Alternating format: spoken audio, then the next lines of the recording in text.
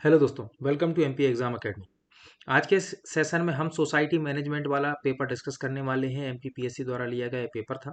इसमें भी 50 एमपीजी के अच्छे क्वेश्चंस हैं जिनको डिस्कस करने वाले हैं। पेपर में आने की संभावना है। चलिए शुरू करते हैं। पहला क्वेश्चन, मध्य प्रदेश में बुंदेलखंड की सबसे ऊंची चोटी सिद्ध बाबा की चोटी है। इसकी ऊंचाई कितनी है? 1172 मीटर इसकी ऊंचाई है, याद रखिए, पूछा जाएगा। ताप्ती नदी की कुल लंबाई कितनी है? ये यदि आपसे पूछा जाता है तो आप बता सकते हो 724 किलोमीटर है। ताप्ती नदी बैतूल के मुल्ताई से निकलती है। कहाँ के?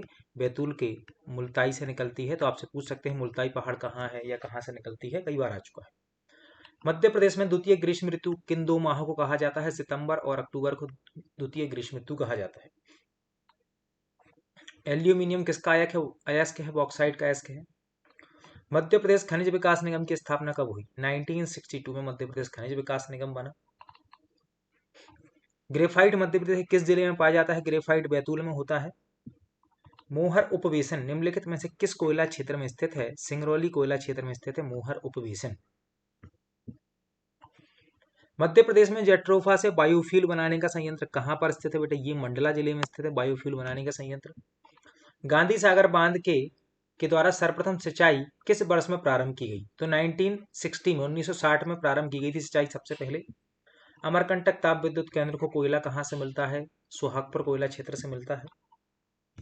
मध्य प्रदेश में मसाला उत्पादन में देश में कौन सा स्थान है? मध्य प्रदेश का पहला स्थान है, इसमें तो कोई दिक्कत नहीं है। गांधी सागर बांध कौन सी नदी पर बना हुआ है? चंबल नदी पर बना हुआ है। गांधी सागर के क्वेश्चन 2 बार एक ही पेपर में।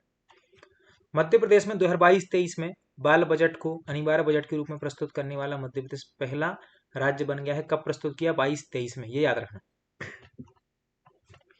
सबसे कम जनसंख्या घनत्व डिंडोरी में है।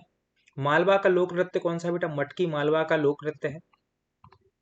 इसके बाद राज्यपालों को उनके कार्यकाल के क्रम के अनुसार जमाना है। तो सबसे पहले तो हरिविनायक पाटस्कर आ जाएंगे, फिर आ जाएंगे बांचू, फिर आ जाएंगे भगवत दयाल शर्मा और फिर आ जाएंगे भाई महावीर। इसके बाद यहाँ पर कौन सा सही नहीं है? तो मिलेट को सुपर फूड कहा जाता है, बिल्कुल सही है। ये जलवायु परिवर्तन के प्रति लचीले हैं, सही है। 2023 को अंतर्राष्ट्रीय मिलेट वर्ष घोषित किया था, सही है। बस यहाँ पर ये गलत हो जाएगा, गेहूं धान की तुलना में सिंचाई की कम आवश्यकता पड़ती है, ज्यादा नहीं। मध्य प्रदेश निम्नलिखित विधानसभा अध्यक्षों में सबसे लंबा कार्यकाल किसका रहा? राजेंद्र प्रसाद शुक्ल। पेशा अधिनियम नवासी विकास खंडों में लागू है। अंगूर की खेती मध्य प्रदेश में रतलाम में की जाती है, ठीक है। मखाना की खेती की जा रही है छिंदवाड़ा में, याद रखना। अब नया ड्राफ्ट आया है मखाना की छिंदवाड़ा में। इसके अलावा ठीक है ब्लूबेरी की खेती भी छिंदवाड़ा में होगी, याद रखना। भारत का पहला खगोल पर्यटन अभियान नक्षत्र सभा उत्तराखंड में स्थित है। नाइट वाली क्लास में मैंने ये सारे क्वेश्चन आपको डिस्कस कराए हैं, आप सिंगल क्वेश्चन इससे बाहर नहीं है। वैश्विक पहल ग्रीनिंग एजुकेशन पार्टनरशिप किसके द्वारा शुरू की गई है? यूनेस्को द्वारा शुरू की गई है। सड़क संबंधी समस्याओं की रिपोर्टिंग के लिए मध्य प्रदेश ने GIS आधारित एक मोबाइल ऐप बनाया है जिसका नाम है लोकपथ, ठीक है, याद रखना। धरती आबा जनजातीय ग्राम उत्कर्ष अभियान की शुरुआत 2 अक्टूबर 2024 में की गई थी। वर्ल्ड सॉफ्ट टेनिस चैंपियनशिप 2024 की रजत पदक विजेता इंपॉर्टेंट नहीं है, जो भी करंट अफेयर 24 वाला है वो अब नहीं पढ़ना है। QS वर्ल्ड यूनिवर्सिटी रैंकिंग 2025 में भारतीय प्रौद्योगिकी संस्थान मुंबई का स्थान क्या है? 118 है, ये इंपॉर्टेंट है, आ सकता है। 28वां IBSF बिलियर्ड्स चैंपियनशिप किसने जीती है? पंकज आडवाणी ने जीती है। फास्टर 2.0 पोर्टल भारत के उच्चतम न्यायालय का है, सुप्रीम कोर्ट का है। मध्य प्रदेश पर्यटन के ब्रांड एम्बेसडर पंकज त्रिपाठी हैं। PM स्वनिधि योजना में सर्वश्रेष्ठ प्रदर्शन करने वाला राज्य तो मध्य प्रदेश है। यदि कोई कथन या अभिव्यक्ति वाक्यात्मक रूप से सही है तो निष्पादन के दौरान त्रुटि उत्पन्न हो सकती है। जो सामान्य निष्पादन को बाधित करती है उसे क्या कहा जाता है? एक्सेप्शन कहा जाता है, ठीक है। चलिए, निम्नलिखित में से कौन सा द्विदिशात्मक है, मतलब कि 2 दिशा में जाता है? यह है डेटा बस। की लॉगर क्या है भाई? की लॉगर यह है कि कीबोर्ड आपके द्वारा दबाए गए बटनों को याद कर लेता है और आपका पासवर्ड वगैरह चुरा सकता है, तो दैनिक कीबोर्ड का उपयोग लॉक करता है, ठीक है।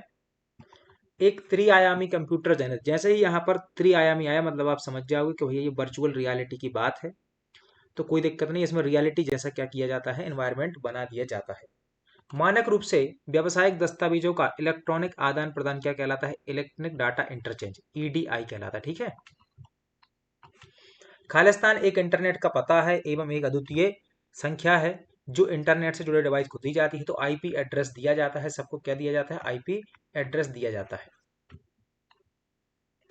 फाइल ट्रांसफर प्रोटोकॉल दो कंप्यूटरों के बीच फाइल ट्रांसफर की अनुमति देता है।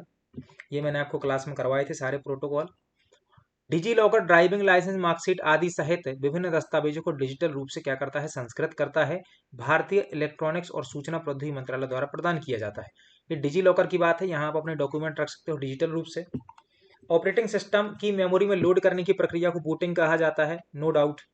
ठीक है। जब कोई हैकर किसी अनाधिकृत उपयोगकर्ता को अवैध अनुरोधों के साथ किसी सेवा, उपकरण या किसी संसाधन तक पहुंचने से सीमित करता है, रोकता है, तो इसे कहा जाता है डिनाइल ऑफ सर्विस। क्या कहा जाता है, डिनाइल ऑफ सर्विस। किस कल्चरल नरेश को उज्जैनी भुजंग कहा जाता था, युवराज देव को कहा जाता है। अब युवराज का एक नाम केयूर वर्ष है, याद रखना, ये पूछा जाएगा। रतौना सत्याग्रह 1920 में कहां हुआ, सागर में हुआ। किसने ब्रिटिश सरकार को खत्म करने के लिए देवी से प्रार्थना की थी, शंकर शाह ने प्रार्थना की थी। किस जनजातीय योद्धा को आजीवन कारावास की सजा देकर अंडमान जेल भेजा गया, भीमा नायक को अंडमान जेल भेज दिया गया था। अगरिया जनजाति लौह शिल्प के लिए माहिर है। इनके मुख्य जो है, याद रखना, देवता है लोहासुर, लोहासुर। ठीक है, चलिए। सुरौती क्या है, सुरैती क्या है, ये बुंदेलखंड में एक भित्ति चित्रकला है। घेला और बिदड़ी ये गोंड जनजाति के हैं। ठीक है, उत्सव। शरद जोशी एक व्यंग्यकार है, निम्नलिखित में से कौन सी पुस्तक नहीं है उनकी। जीप पर सवार इल्लियां हैं, अंधों का हाथी है, एक था गधा है, बस लाठी और भैंस इनकी नहीं है। किसकी है, मुल्ला रमू जी की। सास बहू मंदिर का निर्माण का श्रेय किस कच्छप घात को दिया जाता है, महिपाल ने सास बहू मंदिर का निर्माण करवाया था, सहस्त्रबाहु का। अमृतलाल बिगड़ कौन थे, अमृतलाल बिगड़ चित्रकार थे। इनको नर्मदा पुत्र भी कहा जाता है। क्या कहा जाता है, नर्मदा पुत्र भी कहा जाता है। चलिए, तो ये 50 क्वेश्चन थे जो हमने डिस्कस कर लिए। इनको क्या करें, बढ़िया प्रॉपर तरीके से रिवीजन कर लें। बहुत सारे वीडियो मैंने डाल दिए हैं। और सबसे बड़ी चीज़, चैनल को सब्सक्राइब करें, लाइक शेयर कमेंट करना ना भूलें। मिलते हैं अगले लेक्चर में। धन्यवाद।